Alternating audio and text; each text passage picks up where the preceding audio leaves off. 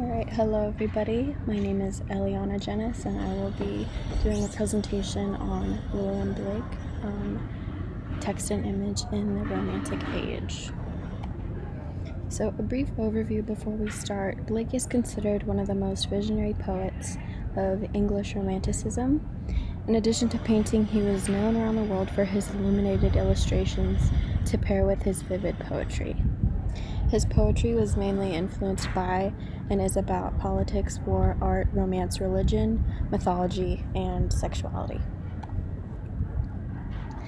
And about his early life, he was born in 1757 and died in 1827. He was raised in London and had a vivid childhood filled with imagination.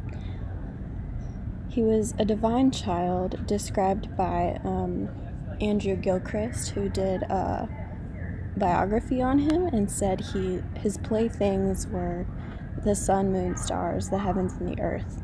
And his parents put him in drawing school at the age of 10, and he was particularly encouraged by his parents.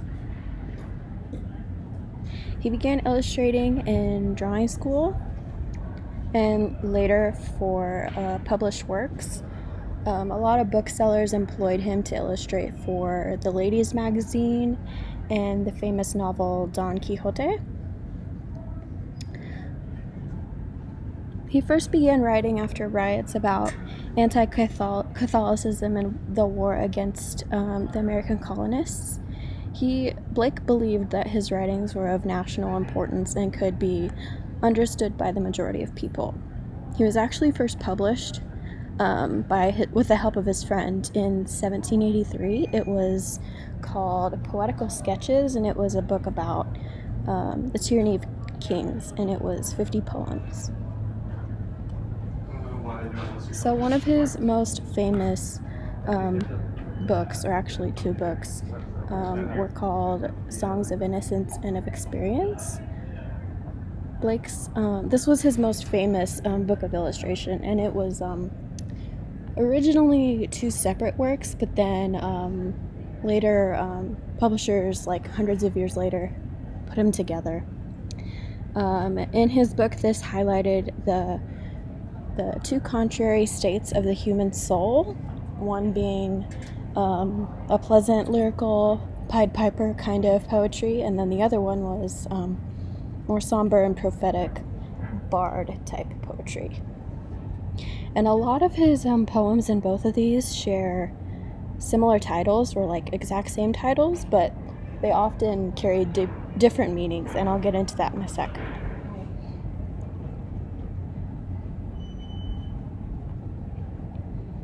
His art technique that he invented himself was called illuminated printing, and it involved copper plates, impervious ink, and nitric acid.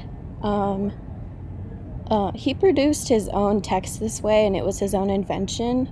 I tried to find a way or a picture of how this process worked, but I couldn't. But basically, he would dip like the copper plate in acid, and then the text and design remained in the relief on it.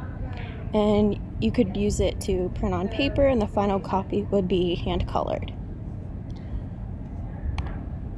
Okay, so from the first poem I'll be looking at is one called Holy Thursday, and there's a Holy Thursday from Songs of Innocence, and then there's one called Holy Thursday Songs of Experience, and we'll get into those. So I'm going to read this real quick. 'Twas on a holy Thursday, their innocent faces clean, the children walking two and two in red and green, in red and blue and green. Gray-headed beetles walked before, with wands as white as snow, till into the high dome of Paul's they like Thames waters flow. Oh, what a multitude they seem, these flowers of London town. Seated in companies they sit with radiance all their own. The hum of multitudes was there, but multitudes of lambs, thousands of little boys and girls raising their innocent hands. Now like a mighty wind they raised to heaven the voice of song, or like harmonious thundering the seats of heaven among. Beneath them sit the aged men, wise guardians of the poor. Then cherish pity lest you drive an angel from your door. So in looking at this, we can learn that this poem is from Songs of Innocence, which was more poetic and lyrical and the Pied Piper sort of poetry. So this poem, we can see that it's about the poor children of London charity schools, which entered a cathedral in a strict order, and they raised their hands to heaven, just as Christ did in the Ascension, which is why this poem is called Holy Thursday. The contrast of innocent faces compared those of their aged guardians, and the moral is to cherish the duty you have to the poor and to appreciate being fortunate. So, in contrast, I'm going to read a continuation of Holy Thursday in the second part of his poetry book, and I'll explain it after I read it. Is this a holy thing to see in a rich and fruitful land? Babes reduced to misery, fed with cold and usurious hands?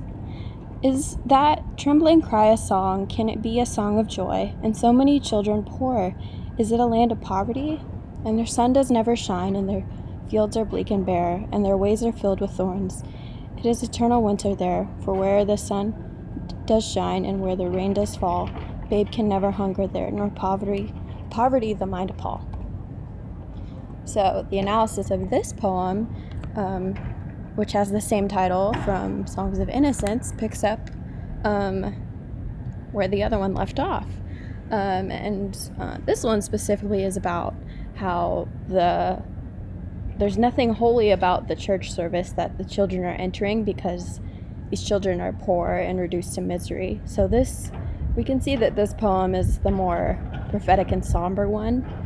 And it in the poem, it considers the fruitful country of England, which condemns its impoverished children and attacks the system of child workers and the brutal industries.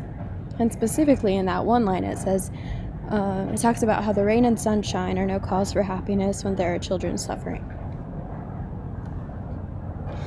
So some overall comments on this, we can see that the two states of innocence and sadness aren't always clearly separate in poems, and that we can see signs of both in many poems. In the state of these poems, we can see the innocence progress into warmth with the children, even though the message is still somber overall.